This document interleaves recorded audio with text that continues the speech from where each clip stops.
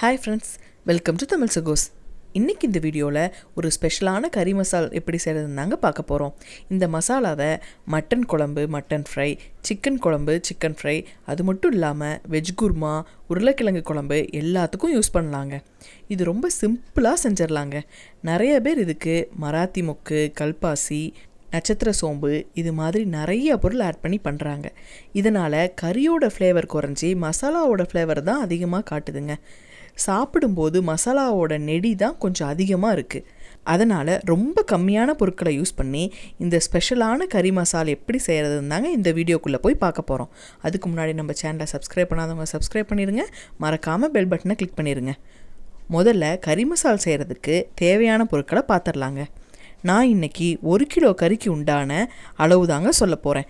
நீங்கள் கறியோட அளவுக்கு ஏற்ற மாதிரி கூட்டவோ குறைச்சிக்கவோ செஞ்சுக்கோங்க.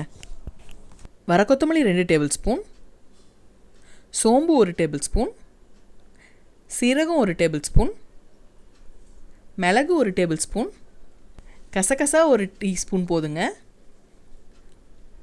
லவங்கம் 8, பட்டை பெரிய பட்டையாக 1.5 பட்டை, ஏலக்காய் 3, கருவேப்பிலை 1 கைப்பிடி, வரமிளகாய் 8. ஸ்டவ் ஆன் பண்ணி பேனை வச்சு பேன் ஹீட் ஆனதும் நாம் எடுத்து வச்சுருக்க பொருட்கள்லாம் போட்டு கருக விடாமல் மீடியம் ஃப்ளேமில் வச்சு நல்லா வறுத்து எடுத்துக்கலாங்க. நல்லா ஒரு 5 நிமிஷத்துக்கு கிளறி விட்டுட்டே இருங்க. இதில் ஏதாவது ஒரு பொருள் கருகினாலும் குழம்போட டேஸ்ட்டே கெடுத்துருங்க. இது நல்லா வறுபட்டுச்சின்னு தெரிஞ்சுக்கிறதுக்கு நாம் போட்ட கருவேப்பிலை நல்லா இது மாதிரி சுருங்க மொறுமொறுன்னு ஆகிறத வச்சே கண்டுபிடிச்சிடலாங்க. இப்போ பாருங்கள், கருவேப்பிலை நல்லா சுருங்க வதங்கிருச்சு.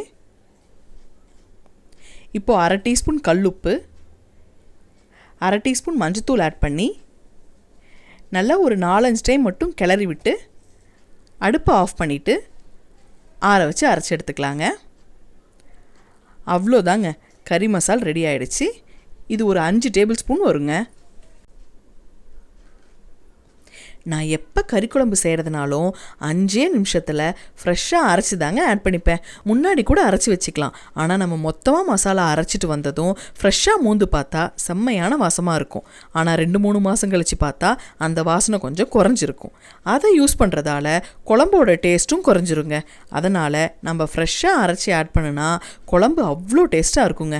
கண்டிப்பாக நீங்களும் வீட்டில் ட்ரை பண்ணி பார்த்துட்டு எப்படி இருக்குன்னு கமெண்ட் பண்ணுங்கள். தேங்க்யூ.